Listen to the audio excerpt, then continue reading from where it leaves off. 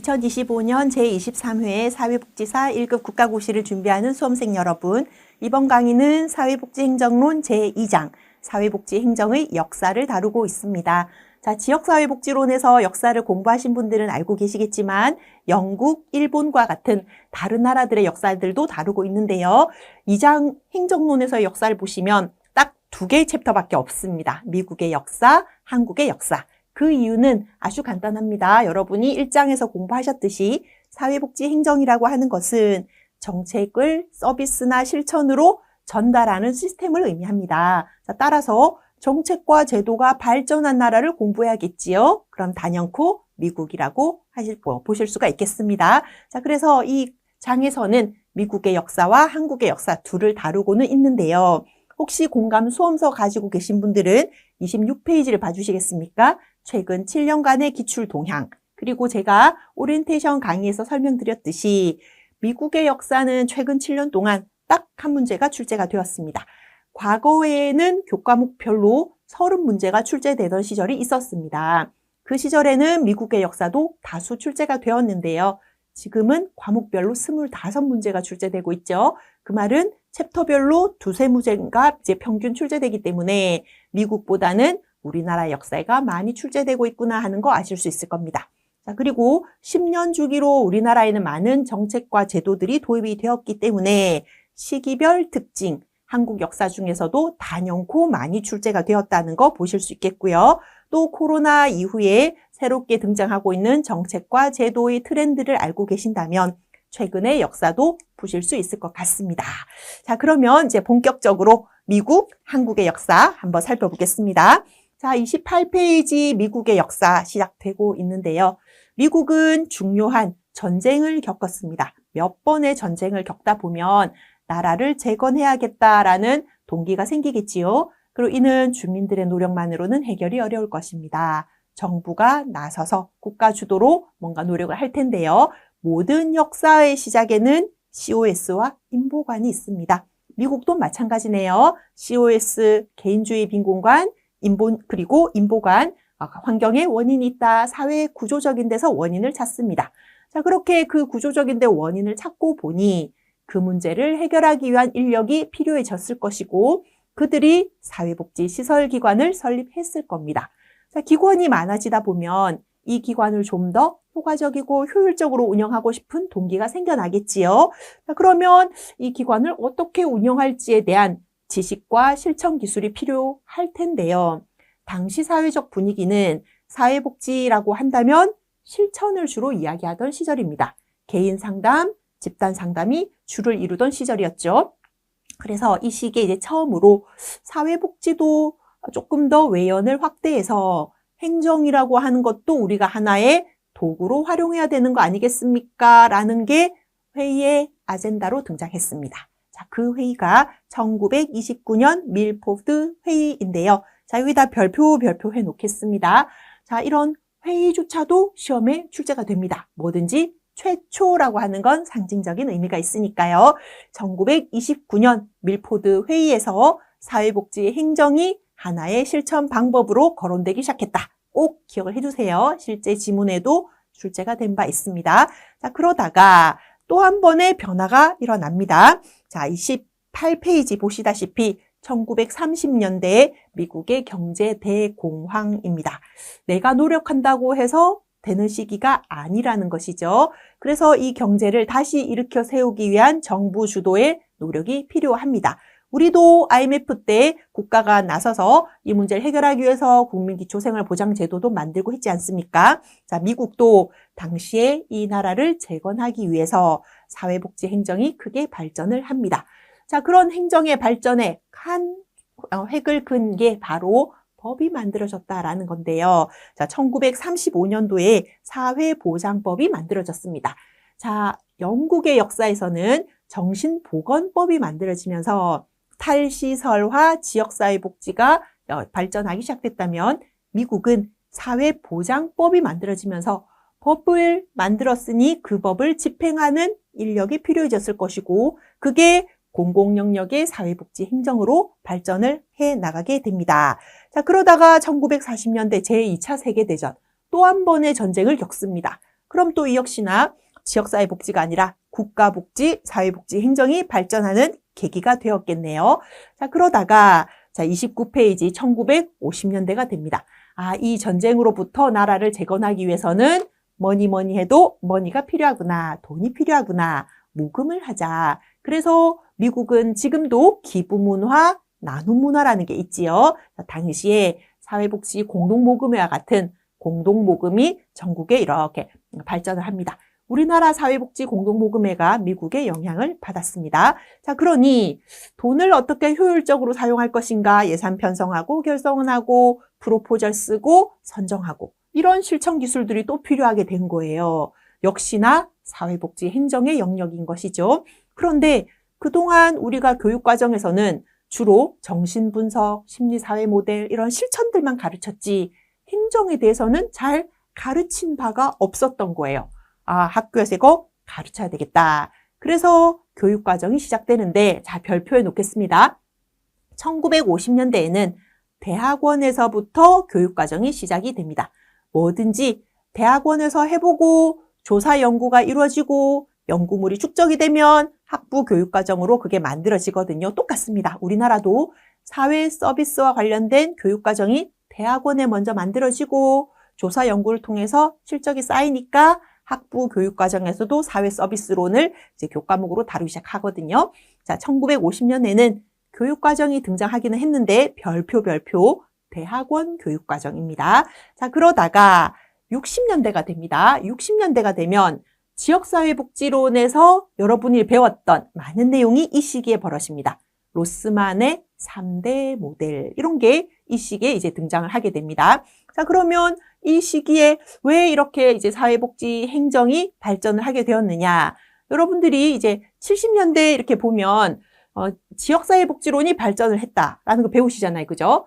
그런데 1960년대의 특징이라고 한다면 여러분들이 지역사회복지론에 앞서서 대학 교육과정에 이미 행정론이 등장합니다.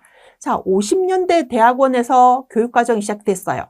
10년 동안 가르쳤겠죠? 석사, 박사가 배출이 됐겠지요? 그럼 그분들이 어딘가에 가서 강의를 해야 될 거 아닙니까? 어디 가서 강의를 할까요? 대학에 가서 강의를 하겠죠? 1960년대는 별표를 하겠습니다. 사회복지 대학 교육과정에 행정이 포함됐다. 자, 요게 시험에 등장한 적이 있습니다. 오답으로요. 50년대 학부 교육과정, 틀린 말이죠. 60년대는 학부, 50년대는 대학원, 요 두 개를 구분해서 공부해 두십니다. 1960년대 빈곤과의 전쟁 때문에 이 시기에 이제 로스만이 등장을 하고 사회행동을 하고 알린스키가 등장한 그 시절이었습니다. 자, 그러면 이 60년대 시기에는 지역사회복지가 이렇게 발전을 했으니 상대적으로 사회복지 행정은 정체될 수밖에 없습니다. 자, 왜 그럴까요? 자, 지역사회복지는 누가 하는 겁니까? 모두가 하는 거였죠. 전문가, 비전문가, 준전문가 모두가. 자, 그렇다면 국가가 크게 나설 이유가 없거든요. 사회복지 행정이 뭔가 하려면 인력도 필요하고 예산도 필요합니다. 재정이 필요하단 말이에요. 근데 지역사회복지는 주민들이 알아서 하니 굳이 행정이 나설 이유는 없었습니다. 그래서 사회복지 행정은 조금 정체기가 되고 로스만 모델들이 막 각광이 있었습니다. 자, 그렇게 해서 60년대는 이제 사회복지 영역에서는 지역사회복지론이 각광받던 시절, 요거를 잘 기억해 놓으면 이해하기 쉽습니다. 자, 그렇게 60년대가 흘러갔어요. 그러면 10년 시간이 흘렀습니다. 70년대가 되면 그동안 지역사회복지 했던 거 한번 돌이켜보자. 반성적 성찰을 합니다. 로스만 모델대로 3대 모델 어떻게 됐느냐? 테일러 로버츠 사회문제 해결했느냐? 쭉 지켜봅니다. 여전히 문제는 해결되지 않았습니다. 자, 그러면서 1970년대가 되면 지역사회복지에도 한계가 있네. 그때 등장하는 게 다시 사회복지 행정입니다. 왜냐하면 여러분이 1장 공부하실 때 사회복지 행정의 가치 중에 효과성과 효율성이라는 게 있었거든요. 효과성과 효율성의 입장에서 지역사회복지를 다시 들여다본 거예요. 사회문제 해결됐습니까? 사람들의 삶의 질이 향상되었습니까? 아니잖아요. 그러면 다시 전면적으로 재검토합시다. 그래서 효과성과 효율성의 원리를 전면에 내거는 사회복지 행정이 발전을 하게 되는 겁니다. 자, 1970년대 특별히 발전했던 것은 30페이지 중간쯤에 보시면 사례관리가 이 시기에 등장했다. 별표 어마무시하게 하셔야 됩니다. 자, 지금 2012년 이후로 한국에는 희망복지지원단 그리고 종합사회복지관의 3대 기능으로 사례관리가 각광받고 있는데요. 배경이 전혀 다릅니다. 우리나라에서 사례관리가 발전하기 시작한 것은 주민들의 욕구를 충족하기 위함이었습니다. 복합적인 욕구를 가진 주민들의 욕구를 채우기 위해서 통합성과 포괄성을 높이기 위해서 등장을 했었고요. 미국에서의 사례관리는 서비스가 중복 누락되니까 예산이 낭비된다, 비용을 적게 들이자, 부정수급자 색출하자. 그런 관점에서 사례관리가 등장한 겁니다. 그래서 미국의 사례관리는 매니지드, 관리, 통제에 초점을 두었고 우리나라는 전문성을 기반으로 하여서 통합성과 포괄성에 초점을 두었다. 역사적인 배경이 조금 다릅니다. 1970년대 사례관리가 발전했다. 기억해 놓으셔야 돼요. 왜냐하면 우리나라 1910년대니까 미국도 1910년대 아닐까? 노노노, 전혀 아닙니다. 70년대 사례관리가 발전을 합니다. 자, 그러다가 80년대가 되었어요. 자, 그러면 지역사회복지 입장에서는 보자. 10년 동안 사회복지 행정이 잘했는가 보자. 잘했거든요. 부정수급자 찾아내서 비용 절감했거든요. 사회 문제 해결하기 위해서 가장 효과적이고 효율적인 방법이 뭐가 있는가? 선택과 집중했거든요. 그러면 지역사회복지는 여전히 발전하겠지만 사회복지 행정은 더 발전을 하게 됩니다. 이유는 1980년대 정부, 레이건 정부이거든요. 레이거노믹스, 레이건 플러스 이코노믹스입니다. 복지와 경제가 합쳐진다. 효율성의 가치가 더 강조되는 겁니다. 자, 그러면 정부 입장에서는 최소한의 비용을 들여서 최대한의 결과를 내려고 할 겁니다. 최소한의 비용 뭡니까? 복지 예산을 줄이겠다. 그럼 누가 하느냐? 민영화. 이렇게 가는 거예요. 그래서 1980년대가 되면 국가가 뭔가를 직접 연방정부가 하기보다는 주정부가 하도록 하고 민간기관이 그걸 하도록 하는 방향으로 바뀌어갑니다. 자, 민간기관의 역할이 늘어나네요. 그럼 기관 운영에 대한 또 지식과 기술 필요할 겁니다. 누가 발전할까요? 또 사회복지 행정이 발전합니다. 70년대 이어서 80년대도 사회복지 행정이 발전을 해 나갑니다. 자, 그러면 또 10년의 시간이 흐르고 90년대가 될 겁니다. 그럼 또 지역사회복지에 또 들여다보겠죠? 사회복지 행정 잘하고 있는가? 오, 잘하고 있어요. 이 시기가 되면 세계화의 물결이 시작되거든요. 이제는 경쟁이라고 하는 게 국가 내부에서, 미국 내부에서 경쟁이 아닙니다. 주정부끼리의 경쟁이 아니고요. 미국과 일본, 미국과 중국, 미국과 한국, 국가 간의 경쟁, 세계화의 물결입니다. 그러면 이젠 무한 경쟁의 시대가 열린 것입니다. 자, 그래서 이 시기는 신자유주의 시대라고 우리는 이야기를 합니다. 경쟁을 통해서 서비스의 질을 높이는 곳에 정부가 예산을 주겠다. 효율적이지 않은 곳에서는 예산을 삭감하겠다. 효율성이 더 가치 있는 원리로 등장을 하게 됩니다. 자, 그렇다면 국가가 뭔가를 하기보다는 혁신적인 걸 내놓는 민간에 더 힘을 실어주겠죠. 민간은 더 발전을 하게 됩니다. 자, 그러면 공공은 위기의식을 느끼겠죠. 민간이 저렇게 발전해 나가니까. 그러니 이 시기가 되면 공급 주체를 조금 다양화해야 되겠구나. 공공과 민간도 경쟁을 시켜야 되겠다. 공공이 잘 못하면 민영화, 시장화로 해야 되겠다.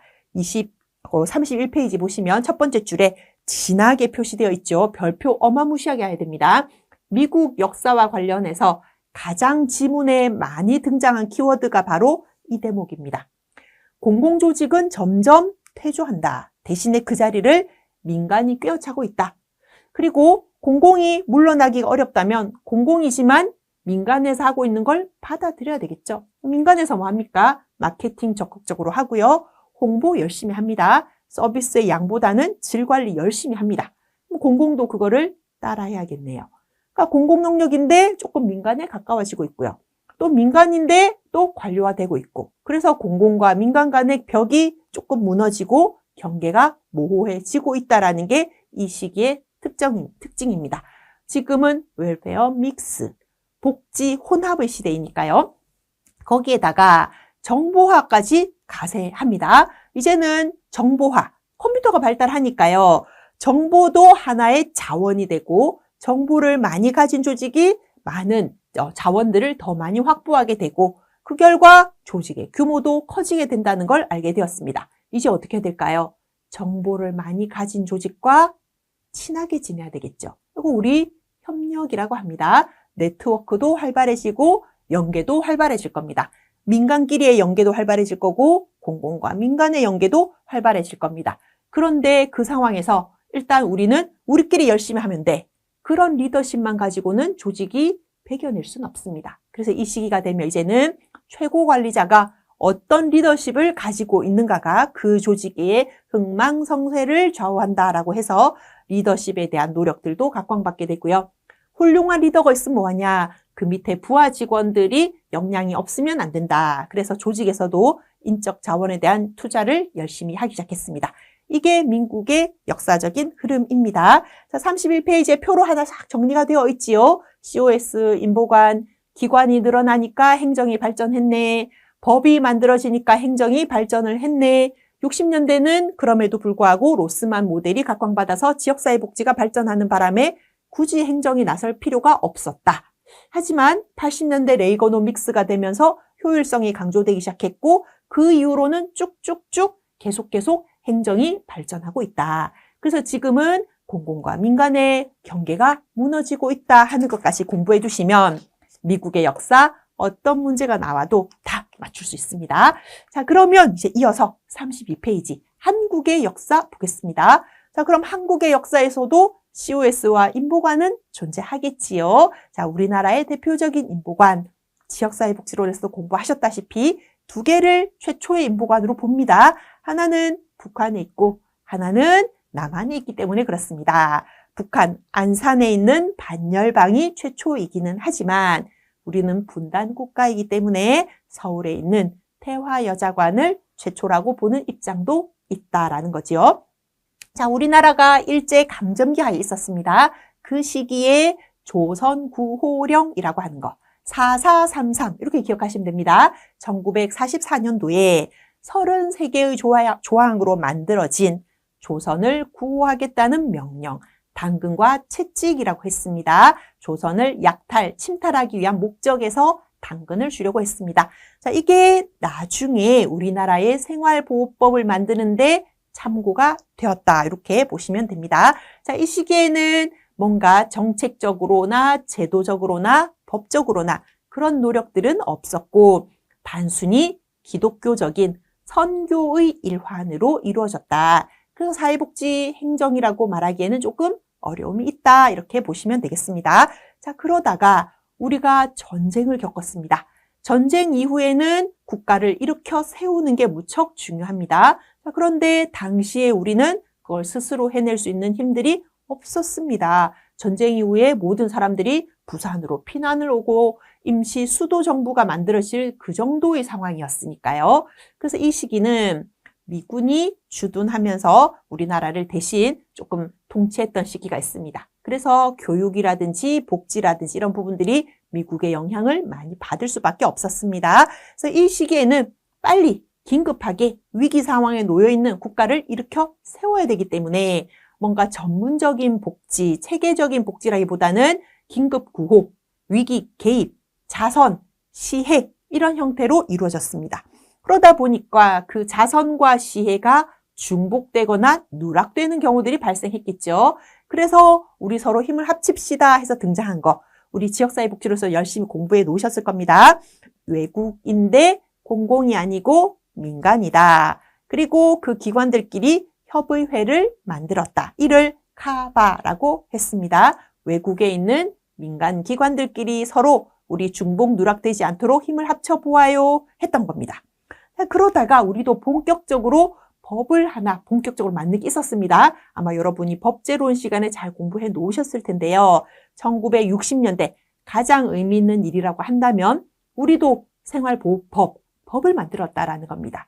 이전에 조선구호령이 있었기 때문에 그걸 조금 벤치마킹해서 만들긴 했는데요. 문제는 법의 제목에서 보시다시피 조선구호령은 구호하겠다는 뜻이었죠. 생활보호법은 보호하겠다는 뜻입니다. 그러니 너희들은 돌봄이 필요한 사람들이야. 요보호 대상. 주체성을 가지고 뭔가 하기보다는 보살핌을 받아라. 이런 의미의 법이었습니다. 자, 그렇지만 이 법에서는 개인에게 생활 보호를 제공하겠다라는 내용만 있었지 시설기관을 어떻게 운영하겠다는 내용은 크게 다뤄지지 않았습니다. 자, 그러다가 1970년대가 되면 이제는 우리도 시설기관 운영의 원리를 다루는 법이 만들어지는데 지금까지도 존재하고 있지요. 사회복지사업법이 이 시기에 만들어집니다. 이 법안에는 가나다라 마바사 시설 유형들도 등장을 하고요. 사회복지사 자격증도 있고요. 교과목도 여기에 들어가 있고요. 사회복지 현장 실습도 다루는 그 정도로 의미 있는 법이잖아요. 그러니까 이 법이 만들어졌다라는 건 사회복지 사업을 어떻게 할지 인력에 대한 이야기도 다룰 것이고 보조금에 대한 이야기도 다룰 거 아니겠습니까? 이름하여 사회복지 행정이 발전하는 계기가 되었습니다. 자, 그러니 이제 대한민국도 법도 만들었겠다? 굳이 우리가 여기서 할 필요는 없겠네. 선교사들이나 외국의 원조기관들은 철수하게 됩니다. 그럼 그들이 철수하고 남아있는 기관을 누가 운영해야 됩니까? 우리가 운영을 해야 되겠죠. 그러니 이때부터 시설기관을 어떻게 운영할지, 조직은 어떻게 할지, 인력관리는 어떻게 할지, 재정은 어떻게 할지, 사업은 어떻게 할지에 대한 고민들을 하기 시작했고 본격적으로 사회복지 행정이 이제 발전한다라고 보시면 되겠습니다. 요거는 이제 80년대가 되면서 이제 본격적으로 발전을 합니다.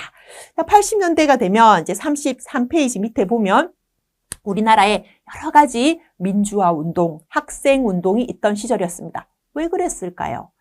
산업화가 되기 시작하면 사람들은 농촌에서 농사 짓는 거에 만족하지 않을 겁니다. 도시에 가면 돈을 벌 수 있다더라. 공장에 가면은 큰 돈 만질 수 있다더라. 사람들이 서울로 대도시로 몰려들었을 겁니다. 좁은 땅덩이에 사람들이 많아진다.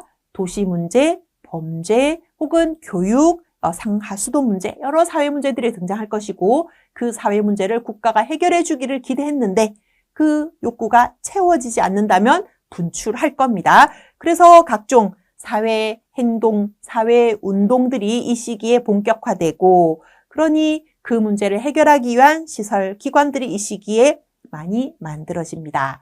우리도 이제 사회복사들이 많이 등장했으니 이들이 윤리에 기반을 두고 시설기관을 운영할 수 있도록 하자. 그래서 여러분이 실천후 시간에 배웠다시피 사회복지사 윤리 강령도 80년대에 만들어집니다.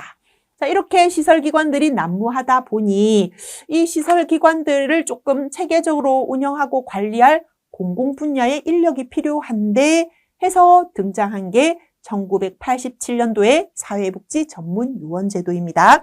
자, 34페이지 두 번째 줄에 보면 사회복지 공무원 아니고 전문 요원이라고 되어 있습니다. 요원입니다. 요원. 공무원이 아니기 때문에 승진이 되지 않습니다. 별정직이라고 했습니다. 들어갈 때의 급수, 계속 그 급수가 유지됩니다. 그럼 생각해 보세요. 똑같이 공공조직에 입사했는데 행정직으로 입사한 그 친구는 9급, 8급, 7급, 6급으로 승진하고 있는데 우리는 1000년, 만년, 8급, 8급, 8급 이렇게 머무르고 있으면 하는 일은 우리도 공공에 기반을 둔 공직에 근무를 하고 있는데 왜 우리는 승진이 되지 않느냐? 욕구가 분출했을 겁니다. 하지만 사회복지 전문요원을 승진시키는 법적 근거가 없었습니다. 법을 만들어야 되겠죠. 그래서 이후에 이제 90년대가 되면 이제 사회복지사업법이 개정이 되면서 이분들이 사회복지 공무원으로 이제 들어오게 됩니다. 자, 80년대에 여러분이 또 의미 있는 변화라고 한다면 건축과 관련해서 이제 주택을 건립할 때, 특히 영구임대 아파트 단지를 건립할 때는 반드시 거기에 복지관을 두도록 한다. 그래서 이제 90년대에 복지관들이 많이 만들어졌습니다. 자, 여기서 구분하실 것. 1980년대에는 시설이 늘어났고요. 90년대에는 기관이 늘어났습니다. 80년대에는 모자원, 한부모 가정시설, 장애인시설 이런 입소시설들이 많이 늘어났다면 90년대가 되면 이용시설인 복지관이 많이 늘어났다. 이렇게 기억을 해두시면 됩니다. 자, 1990년대 이제 되면 이제 드디어 사회복지사업법이 개정이 되어서 공무원이라고 하는 이제 별정직이 아니라 일반 사회복지직이 등장하게 되었고 그럼 이분들도 승진할 수 있는 거죠. 9급, 8급, 7급, 6급 이렇게 승진할 수 있게 되었습니다.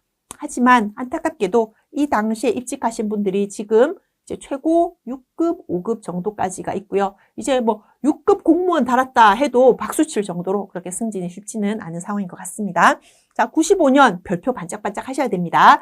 이 시기에 보건과 복지의 통합에 초점을 두는 보건복지사무소 시범사업을 합니다. 자, 보건의 전달체계는 보건소일 거고요. 복지의 전달체계는 시군, 구청 정도가 될 겁니다. 자, 그럼 이 둘이를 어떻게 힘을 합치게 할 것인가? 방법은 하나다. 보건소에 책상 하나 갖다 놓자. 그리고 거기에 사회복지사가 근무를 하면 보건과 복지가 시너지 효과 내지 않을까 해서 시도한 일이었어요. 시작은 좋았죠? 왜냐면 도서 상간 벽지에도 복지관은 없어도 보건지소는 있으니까요. 그럼 보건소에 책상 하나 갖다 놓고 보건복지 시너지 효과? 이론적으로는 그럴듯했는데요.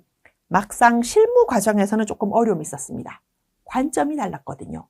보건 영역은 의료 모델, 사회복지에서는 심리사회 모델, 강점 관점 모델, 보건 영역에서는 찾아오는 사람에게 서비스, 사회복지 영역에서는 가정 방문. 그러니까 이게 서비스를 제공하는 관점, 접근 방식 이런 많은 어려움이 이제 갈등으로 분출되다 보니 이게 지속 가능하지는 않았습니다. 그래서 시범 사업만 하고 사라졌습니다. 자, 1997년도 별표 하셔야죠. 지역사회복지로서 공부하셨겠지만 이제 IMF 이후에 많은 시설기관들이 필요해지니 이제 이 시기가 되면 단순히 허가 줘서는 안 되겠구나. 허가를 받아야지만 시설기관 운영할 수 있다? 진입장벽이 너무 높죠. 쉽게 마음먹지를 못합니다. 그런데 당시에는 복지에 대한 욕구가 많은 시절이었어요. 시설기관 많이 필요하겠죠? 그럼 허가제를 좀 더 쉽게 접근할 수 있도록 바꿔야 됩니다. 신고하면 누구나 할 수 있다. 그래서 이 당시에 허가제에서 신고제로 바뀌었다.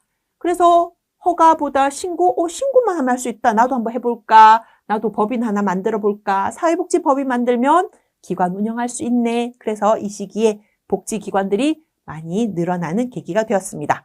그렇게 많이 늘어나다 보면 부작용도 생기겠지요. 복지기관 운영하면 정부가 보조금, 지원금 준다더라. 그 돈을 노리고 쉽게 덤비는 사람들이 있을 수도 있잖아요. 그래서 우리 스스로 자정적인 노력해야 된다. 최소한 이 정도의 표준화된 서비스의 질은 갖춰야 된다. 그래서 등장한 것이 사회복지시설평가제도입니다. 진입장벽은 낮추지만 대신에 평가를 받아라. 평가받지 않으면 보조금 주지 않겠다. 이렇게 되었습니다. 그래서 이 제도가 이제 당근과 채찍으로 이제 작용하기 시작합니다. 그렇게 해서 시설기관들이 많아졌어요. 자, 그러면 여러분이 기관장이라고 생각을 해보세요. 그동안은 기관이 10개밖에 없었어요. 보조금을 받기 위한 경쟁은 10대 1입니다. 근데 이제는 신고제가 되어서 기관이 많아졌어요. 기관이 100개가 되었습니다. 그럼 보조금에 대한 경쟁은 100대 1입니다. 예전 같으면 우리 기관이 10만 원을 받을 수 있었는데 이제는 10,000 원밖에 못 받는다는 이야기죠. 기관 개수가 늘어나니까. 그러니 기관을 운영하는데 예산상의 어려움을 겪게 됩니다. 재정적 어려움을 겪으면 어떻게 해야 되죠? 모금을 합니다. 경쟁적으로 모금을 하겠죠. 횡단보도 앞에서도 흰 종이 박스를 들고 기부를 요구한 사람들도 늘어나게 될 겁니다. 그럼 기부를 하는데 사무비가 든단 말이에요. 인건비가 든단 말이에요. 그래서 이제 불필요한 과다 경쟁을 조금 막자라는 의미에서 등장한 것이 1998년도 사회복지 공동모금회입니다. 모두를 위한 한 번의 기부라는 캐치플레이즈가 이때 시작이 됩니다. 그러니 모금에 사랑의 열매 기부를 하면 그거를 기관으로 배분하겠습니다. 프로그램으로 배분을 하겠습니다. 긴급한 위기 가정에 배분을 하겠습니다. 이렇게 해서 모금을 단일화하는 게 이 시기에 등장합니다. 자, 그러니 이제 많은 변화가 일어났습니다. 전반적으로 이 짧은 시기 안에 공공행정 발전했네요. 사회복지 전담 공무원 등장했습니다. 허가제에서 신고제가 되면서 기관 엄청 늘어났습니다. 그 기관을 평가를 통해서 효과성과 효율성 따지게 됩니다. 이제는 거기에 모금회까지 등장했습니다. 자, 이제 전국에 사회복지 행정을 전공하고 사회복지 행정을 가르치는 교수들이 조금씩 늘어나기 시작했을 겁니다. 그동안의 사회복지학과의 교수님들은 대부분 정책을 전공하거나 실천을 전공하는 딱 양극화가 되었겠죠. 이제 행정을 전공하는 교수님들이 하나씩 나타납니다. 어디에서 영향받았을까요? 미국에 유학을 가서 미국에서 기부, 모금 공부하고 한국에 오신 분들, 미국에 가서 전달체계 공부하고 한국에 오신 분들, 미국에 가서 시설기관 운영하는 원리 공부하고 한국에 오신 분들, 미국에 가서 근로연계복지 공부하고 한국에 오신 분들, 이런 분들이 있단 말이에요. 그분들끼리 3355 모임을 만듭니다. 시작은 부산에서 시작이 되었는데요. 부산에 있는 부산대학교 교수님, 경성대학교에 있는 사회복지학과 교수님, 동의대학교에 있는 사회복지학과 교수님들이 행정 전공하는 몇 안 되는 우리끼리 모여서 친목도모, 이렇게 술자리 밥 먹고 이렇게 하다 보면 한계가 있잖아요. 그죠? 나는 술 못 마십니다 하는 사람도 있고, 나는 당뇨가 있어서 밥 못 먹습니다 하는 사람도 있을 거예요. 우리 이런 친목도모만 하지 말고 좀 건설적인 모임을 가지자. 토론도 하고 본인이 연구한 거 발표도 하자. 그게 지금의 사회복지 행정학회로 발전을 하게 됩니다. 1999년도에 행정학회가 만들어졌습니다. 그리고 35페이지 이제 여러분이 잘 알고 있는 2000년대 큰 변화, 국민기초생활보장제도가 만들어져서 이제는 보호의 대상 아니다, 권리의 주체다, 권리를 누려라. 국민기초생활보장법은 개인의 지위를 많이 바꾸어 놓았습니다. 자, 그러면서 이제 이 시기가 되면 여러분이 지금 시험 보고 있지요. 2003년도에 제1회 사회복지사 국가고시가 시작이 됩니다. 이 시기와 지금은 많은 변화가 있습니다. 처음에 시험 볼 때만 하더라도 법제로는 시험 과목도 아니었었고요. 이 시기만 하더라도 시험이 아주 지엽적으로 출제가 되었습니다. 1995년, 96년 이렇게 아주 짧게 이렇게 95년인 줄 알았는데 96년에서 틀리고 이 정도의 문제들이 출제가 되었는데 지금 이제 그런 문제들은 출제가 안 되고 있지요. 자, 그러다가 2004년도가 되면 우리 옛날에 보건복지사무소 실패했던 거 10년의 시간이 흘렀네. 이제는 복지 안에서도 분절적으로 이루어지는 거 한번 힘을 합쳐볼까 해서 사회복지사무소 시범사업을 합니다. 예전에 보건소에 사회복지사 근무했다가 실패했잖아요. 이제는 복지끼리 힘을 합치자. 시군, 구청에 복지직 공무원 있고 복지관에 민간 영역에 사회복지사가 있는데 민간 영역 사회복지사가 구청에 책상 하나 갖다 놓고 근무를 하다 보면 민관 협력되지 않을까? 기초생활 수급 신청을 하다가 탈락되면 서비스 주지 않을까? 기초생활 수급권자에게 복지 서비스를 제공하면 시너지 효과가 나지 않을까 하는 생각이 시작을 했는데요. 일정 부분 성공한 면도 있고 일정 부분 아쉬웠던 면들도 있습니다. 왜냐하면 신부는 민간인데 일은 공공에서 하고 있는 그런 불협화음들이 있었겠죠. 그래서 이 시기에 사회복지사무소는 사라졌지만 그 역할을 이어받은 게 주민생활 지원 서비스입니다. 주민의 생활이라고 하는 것은 보건, 복지, 교육, 문화, 체육, 관광 등 다양하다. 그거를 공공에서 하면 되지. 그래서 2007년도에 주민생활 지원 서비스라는 게 본격화되어서 이제는 기초생활 수급 신청하러 와도 문화향수권은 누리고 있습니까? 교육은 어떻습니까? 돌봄은 어떻습니까? 해서 서비스를 제공하기 시작했습니다. 시작할 때는 의미는 있었어요. 근데 문제는 고난도 사례들이 막 등장하는 거예요. 알코올 중독, 저장장애, 치매, 비행, 가정폭력 이런 케이스들은 공공영역의 전담 공무원들이 해내기가 조금 어려움이 있었습니다. 그래서 2009년도에 희망복지 전달체계라는 걸 만들어서 이 업무만 전담하는 별도의 요원을 뽑습니다. 민생 안정을 위한 위기 가정을 지원하는 요원들 뽑았는데 그분들은 고난도 사례를 담당하고 일반 사례는 공무원들이 담당했던 거죠. 효과가 엄청 있었겠죠? 그래서 공공에서도 우리 할 수 있네, 상담해볼 수 있구나, 급여 종합적으로 제공하고 서비스도 연계 가능하네, 이거 확대하자. 근데 자신이 없었는데 해낼 수 있었던 것은 2010년도에 행복이음이라고 하는 사회복지 통합 관리망이 구축되었습니다. 자, 지역사회복지론 공부하신 분들 기억하시죠? 제가 010 90도 회전하면 응이 된다 했죠. 행복이 이렇게 기억하면 되죠. 망이 하나 구축됐습니다. 전산망.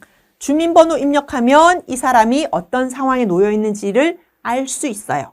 그럼 공공에서도 이거 사례관리 할 수 있겠다. 그래서 2012년도에 희망복지지원단이라는 게 만들어지면서 2009년도 민생안정 요원으로 있던 분들이 통합사례관리사라는 이름으로 계약직으로 들어오게 됩니다. 당시에는 기간제였지만 문재인 정부 들어와서 이분들이 무기계약직으로 바뀌어져서 지금은 공무직 근로자로 근무를 하고 있습니다. 그래서 희망복지지원단이 출범을 하면서 공공영역에서도 본격적으로 사례 관리를 하기 시작했습니다. 자, 그렇게 이제 운영이 되다 보니 이제 36페이지 시스템의 데이터가 점점 축적이 됩니다. 이제 이 정보는 복지 정보 수준을 넘어섭니다. 사회 보장 정보까지도 들어갑니다. 그러니 복지 정보, 보장 정보, 정보가 어마무시하네요. 이걸 관리하는 시스템을 만들어야 되겠다. 국가정보원 수준에 준하는 사회보장정보원이 2015년도에 만들어집니다. 만들어질 수 있었던 건 이 시기에 사회보장급여법이 만들어졌고 그 이유는 송파 세모녀 사건이 우리 사회에 큰 경종을 울렸기 때문입니다. 그래서 2015년이 되면서 이제는 지역사회보장협의체에서도 읍면동 협의체를 만드는 등 지역사회 복지가 아주 발전을 하게 됩니다. 2016년도가 되면 이제는 구청에서 하는 사례관리를 동에서도 한번 해보자 해서 읍면동에서 사례관리를 조금씩 하기 시작합니다. 그래서 읍면동 복지 허브화라는 걸 이 시기에 하게 됩니다. 자, 그러니 또 한 번 전달체 개편이 일어납니다. 2018년도에 우리 일단 사회복지사무소는 어떻게든 지금 공공과 민간 협력은 우리가 지금 어떻게든 해내고 있어. 하지만 1995년도 우리 실패했던 게 있지. 보건복지사무소는 결국 실패했잖아. 다시 한번 해볼까? 보건소에 그때 사회복사가 근무했었잖아. 이제는 거꾸로 읍면동 복지 허브화가 돼서 동해 복지직 공무원이 많아. 그러면 간호사를 동해 근무하게 하면 어떨까? 좋은 아이디어인데 이미 보건소에 간호사가 근무하고 있기 때문에 지역사회 근무하는 거에 대해서 낯설지 않을 거야. 정신건강 전문요원이라고 해서 정신건강 전문 간호사들도 지역사회 정신건강복지센터에 근무하고 있기 때문에 의료기관 아닌 데서 근무한 사람들 많아. 학교에 보건교사로 근무한 사람들 있잖아. 그렇다면 동에서 근무 못할 이유는 없지. 그래서 이제는 2018년도에 찾아가는 보건복지 서비스라는 이름 하에 간호직 공무원이 동행정복지센터에 근무하기 시작합니다. 어떻게 하면 될까요? 동에 있는 공무원이 가정방문 갈 때 2인 1조로 가면 됩니다. 간호직 공무원과 복지직 공무원이 같이 가서 간호직 공무원은 간호, 돌봄, 건강, 질병에 대한 상담을 하고 복지직 공무원은 복지에 대한 상담을 시너지 효과를 내면 됩니다. 성공했을 겁니다. 지금까지도 이어져 오고 있습니다. 이 시기에 치매국가 책임제라고 해서 치매안심센터도 만들어졌습니다. 2019년이 되면서 장애계의 영원한 수건사업, 사람에게 등급을 매기지 말아달라라고 해서 장애 등급제가 폐지가 되고 이제는 정도가 심한 장애인, 정도가 심하지 않은 장애인 이렇게 바뀌어졌습니다. 사회서비스의 공공성을 강화하기 위해서 사회서비스원도 시범사업을 했고요. 지금은 이제 많은 지역사회에 사회서비스원이 설립되고 있습니다.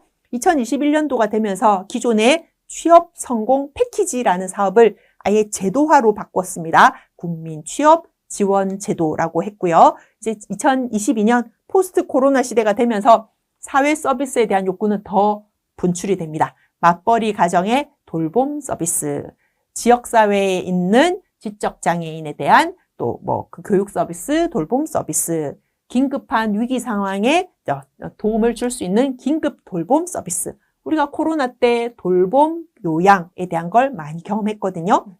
2022년도에 사회서비스원법이 시행이 되면서 각 지자체마다 사회서비스원을 만들고 있습니다.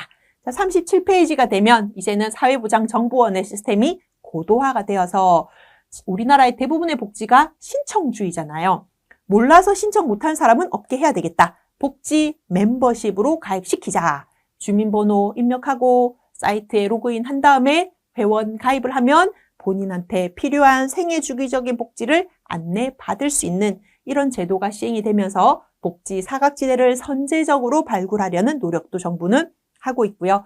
2023년이 되면서 이제 4대 우리 맞춤형 급여가 있죠. 생계급여, 의료급여, 주거급여, 교육급여의 자격 요건을 조금 느슨하게 하려는 이런 노력들도 있고요. 지적장애인, 자폐 스펙트럼 이런 발달장애를 가지고 있는 분들이 가장 이제 걱정하는 게 내가 우리 아이보다 하루 더 살기를 원합니다 하는 부모님들 계시잖아요. 그죠?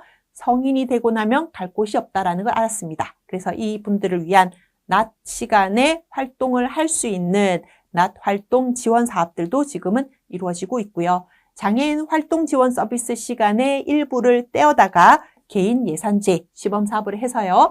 내가 원하는 사업을 실행하기 위해서 그 예산을 쓸 수 있도록 개인별 정말로 맞춤형의 그런 서비스 지원들도 이루어지고 있습니다. 그래서 기존에 우리는 사업 중심, 서비스 중심, 그리고 그 사업과 서비스를 하기 위해서 사람이 필요한 그런 상황이었다면 이제는 한 명의 장애인을 놓고 이 사람이 원하는 게 뭔가, 이 사람이 잘하는 게 뭔가, 이 사람이 해보고 싶었는데 지역사회에서 기회를 주지 않아서 못했던 거는 뭔가, 그거를 찾아서 그 사람이 계획을 세우고 그 사람이 목표를 세우고 그 사람이 목표를 달성하는 과정에서 성취감을 느껴서 주체성과 자립 역량을 키워나갈 수 있도록, 그리고 그 과정에서 사회복지사는 서포터즈가 되는 그런 수준의 개인 예산 제도도 지금 시행되고 있습니다.